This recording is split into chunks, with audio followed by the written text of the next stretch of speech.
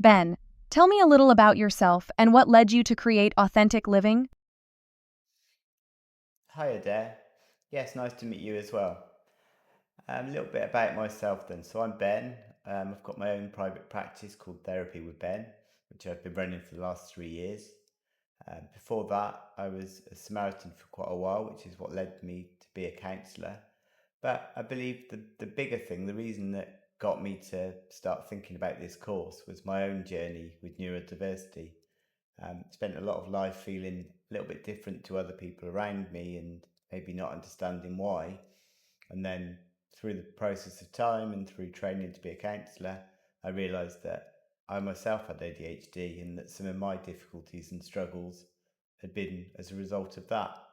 And working with people with neurodiversity and exploring that other people had similar issues, I suppose it's just become a bit of a passion and something I want to share with others, and hence why I designed this course.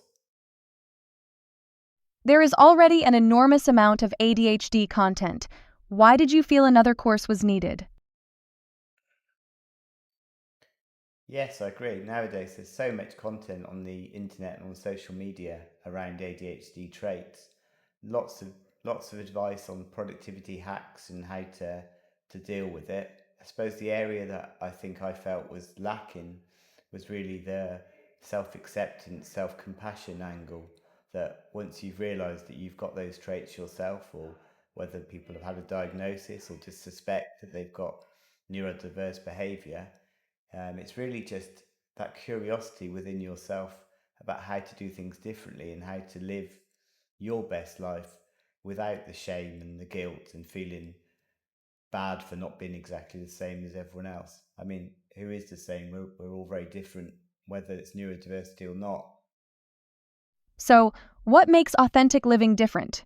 Yes, I suppose as I was just kind of alluding to, there is a lot of content on the internet around ADHD, but it did feel to me that a lot of it is about normalizing behavior and coming across as less neurodiverse. And I suppose that didn't sit very well with me. I feel a lot more it should be about self acceptance and learning to find their own strengths and weaknesses and work around them. So I suppose that's where my approach is slightly different. Is rather than masking or hiding neurodiverse things or feeling shame for them, it's accepting who we are and living our best lives with who we are. You talk quite a lot about shame. Why is that so important? Yes, I suppose inevitably I do speak quite a lot about shame in the course. I think it's just that for lots of people with neurodiversity, it's something they will have experienced a lot in their life. I mean, using personal examples, it's that kind of thing, even at school, of being told, talked too much, didn't pay enough attention, and then I suppose in later life, being feeling reasonably competent in many things, but just not being able to do tasks that others seem to find easily, whether that was keeping on top of keeping the flat tidy or paying bills on time, things that felt I should have been able to do and struggled with, and that led to a lot of shame and personal disappointment and yeah, negative feelings really. What do you mean by authentic living? Yes, I was struggling with the title really to what to call it, but authentic living felt like an approach that I have to life.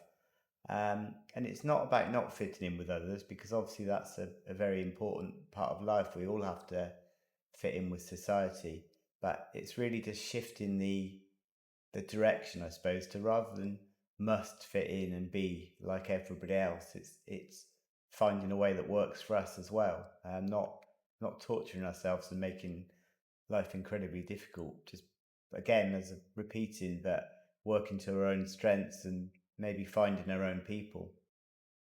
Yeah, I suppose I'd quickly add as well, not just maybe finding our own people, our own strength, but maybe finding our own way to live. As I said, I've become a counsellor in later life after spending a long time working in financial services. But we're all going to have our different approaches. But really, it's just being kind enough to ourselves to do the things that we want, I suppose. And that's it's not always that easy in life, but it's not a bad approach to try. Is this therapy? No, it's definitely not therapy or replacement for counselling, in itself. But I suppose it does draw upon the experiences that I've got from having counselling and being a counsellor, and lots of the psychological things around counselling.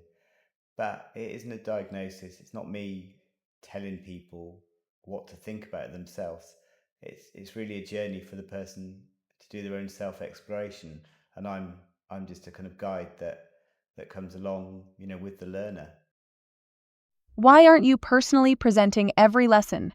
Actually, originally when I started the course, it was all me to camera, but I did find it incredibly awkward. And I must admit, at points when I was watching it back, I felt that me being awkward on camera was kind of distracting and took away from the learning experience. Once I had to play around and found an avatar version of me, it meant I could continue to tell my story and voice it myself, but not have the anxiety of being in front of the camera and maybe not take away from the experience. I mean, of course, I am in the course, at various points giving reflections. I just felt it gives a little bit more consistency, and it seemed to fit the style of the course better to actually to have an independent presenter rather than me, even though they're loosely based on me. What do you hope somebody feels when they finish the course? That's a difficult one, isn't it? I mean, ideally, I'd like someone to their life to be completely transformed and live their happiest, best life. But maybe that's a bit much. I suppose if someone came away from the course just feeling a little bit kinder towards themselves and having a more of a positive outlook and a little bit less shame, that would feel like a massive achievement. Why does this course matter to you personally? Yes, another good question. I suppose it's something that I've been thinking about for years. It's been a long time in the making. Many years of exploring myself and being curious, and then working as a counsellor. It's always been in the back of my mind, and since I started on this quite a few months back now, it's been a kind of work of passion. It's something that it means a lot to me personally. Because if I was going to watch a course like this, I wouldn't want my time wasted. So I put a lot of thought into it, and I hope it hits the mark for people. Thanks, Ben, and good luck going forward. Yes, thanks, Adair, and all the best to you as well.